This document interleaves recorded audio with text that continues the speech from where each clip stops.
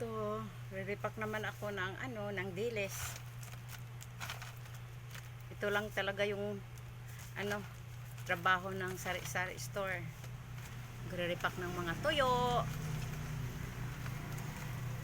Kahit ano-ano na lang i-repack para lang maka ka ng tubo konti.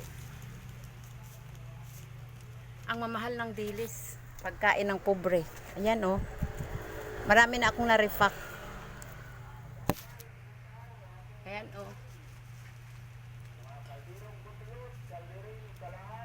Ang mahal ng tag 450 ang isang kilo.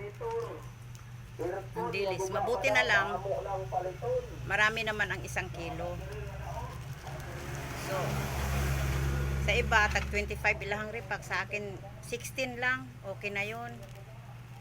Sa akin lang, buhay-buhay. Hindi ko naman pinangarap na maging mayaman. Sa akin lang nga mabuhay kasi naawa din naman ako kung sobrang mahalan ko yung negosyo o yung paninda ko.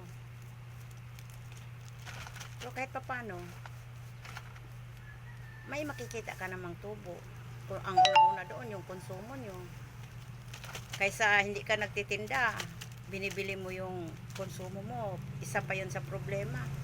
Kasi ang laki ng konsumo sa isang buwan. 'Di ba?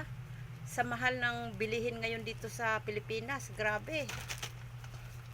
Kaya wala man akong makita na napundar ko sa ngayon kasi bago lang ako. Magti 3 months pa lang. Pero marami namang naidagdag sa tindahan ko. Tapos dito pa kinukuha yung pagkain namin ng dalawa ng apo ko. Kaya kahit paano may makikita din mo kita tulad ng konsumo. Diba? Siguro mababa na yung 10K sa konsumo namin ng dalawa ng apo ko. Kasi kumakain naman kami. Umiinom din kami ng soft drinks. Nagme-merienda. Hindi ko masabi kung malaki ang tubo ko or kasi nga installment naman ang freezer at rep ko, hinuhulugan ko every month. O dito ko kinukuha yun. Marami naman akong parang sadline-sadline, nagbebenta ako ng merienda, mga saging na prito, mga butchi. Tapos nagawa ako ng ice candy at ice cream.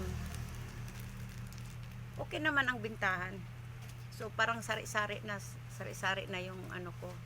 Pinagkuhaan ko ng mga pangbayad ko sa